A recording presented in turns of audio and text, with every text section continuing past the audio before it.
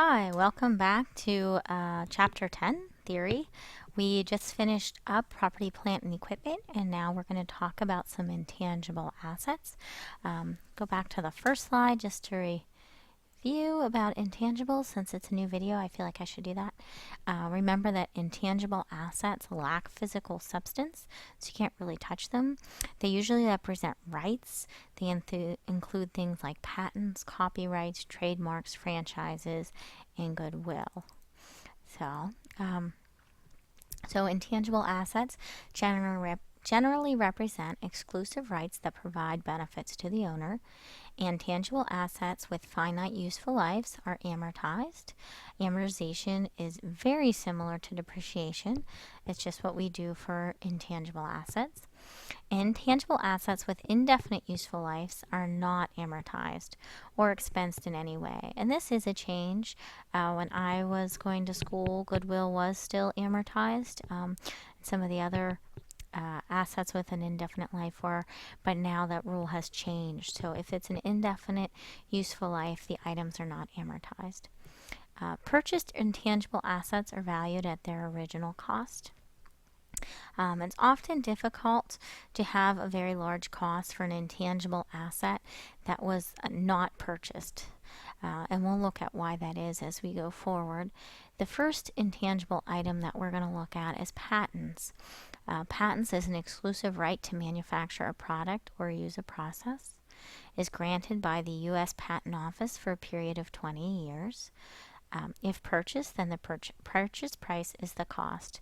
If developed internally, if we develop the patent ourselves in our corporation, then the cost of the patent, the cost that we capitalize for the intangible asset patent, include legal fees for filing the patent and costs to defend the patent in court. R&D, which means research and development, is not capitalized. We'll talk more about research and development as we go through this chapter, but research and development is not ever capitalized. It's expensed as incurred because we're not exactly sure when we're doing the research and development that we'll come up with a product that needs to be patented. So it's expensed originally. So many patents don't have much of a cost on the balance sheet, although they can be extremely valuable. The next exclusive right we're going to talk about is a copyright. A copyright is an exclusive right of protection for creative work. So some example of creative works would be songs, films, painting, photographs, or writings. Copyright is good for the life of the creator plus 70 years. If any of you have a Kindle or Nook or any of those devices, a lot of the books that you can get for free from Amazon and some of the other websites are actually past the copyright. They're so old that they're no longer under copyright protection, which is why they can offer them for free. So they're still good books and we still enjoy them, and it's nice to get a free thing. But the reason why they are free, the reason why they're available to us, is because they have passed their copyright. Which is good for the life of the creator plus 70 years. Accounting for copyrights is similar to patents. Any cost for creating the product is expensed, and it's just the cost of filing for copyright and defending the copyright in court. Next, we have trademarks or trade names. At the bottom of the screen, you see the Coca-Cola logo. That's an example of a trademark. Coca-Cola has and the name Coca-Cola is a trade name. So that's an example of what it is. It's an exclusive right to display a word, slogan, or symbol. In this case, they're both words and a symbol because of the unique way that Coca-Cola writes. Coca-Cola is granted for 10 years but can be continuously renewed, are often considered to have an indefinite useful life. Trademarks and trade names are usually considered to be extremely valuable. They're extremely valuable to the person that owns them, but generally they're very small. They're not a very, their fair market value is not on the balance sheet. Next, we have franchises, and the pictures that I picked here are kind of small. You can see I have McDonald's, Wendy's, Holiday Inn, Mr. Lube. Over here, they're really small. Sears, A&W, Jenny Craig. But a franchise is a contractual arrangement under which the franchisor grants the franchisee the exclusive right to use the trademark trade name and includes a product and formula rights. And these are really common in fast foods and hotels. McDonald's is a franchise. Many fast foods are franchises where there's a corporation and then they sell to a franchisee who is really essentially a small business owner the right to use their name, their goods and services. When you think about a McDonald's, you know, it's total branding. They get everything that every other McDonald's has, and they get the right, usually the corporation does the advertising and marketing for them. But in exchange for that, usually the payments to the franchisor include a large upfront fee plus continued payments. So you have to kind of pay a large fee up front to get the right to use the McDonald's name or the Holiday Inn name.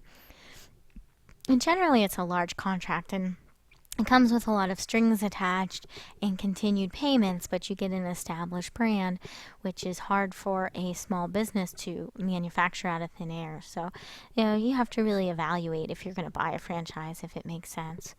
The franchisee capitalizes an intangible asset of the initial franchise fee plus any legal costs associated with a contract. So you can capitalize that big upfront payment plus any legal costs that you incurred while working out the agreement. And again, I said it's a big contract, so you should have a lawyer, you should have some legal fees associated with doing the franchise. Next, we have goodwill. Goodwill is very interesting because it can only occur when you purchase another company. So it can only be created through the purchase of another company.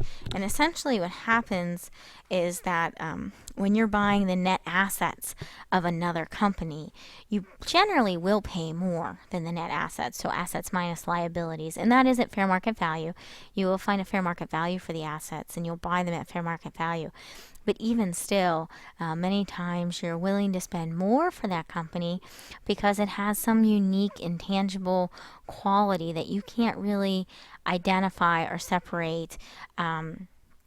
So some of the things that may make a buyer spend more than the net assets is the company's clientele, their reputation, their staff, their management team, its location, or some other unique features. So, you know, if you were a hotel in Orlando, you have that awesome location, or maybe not anymore because it's overbuilt. So it depends on what the buyer sees, and some of those things can't really be identified, so they create goodwill. Goodwill is not amortized. Once upon a time, goodwill was amortized, but it is no longer amortized. So once you put goodwill on the company, it is kind of stuck there. Sometimes goodwill can be written off. It really depends, and we'll take a more of a look at it in class. And also, I would like you to take an illustration before we get to class on page 511, illustration 10.4. It just goes through and shows you how goodwill is created. So finally, I just would like to say thank you for watching the video. I appreciate it. When I get to class, we will review the problems associated with these, and we'll work on them in class. Thanks, and have a great night. Happy Halloween, and watch out for Frankenstorm.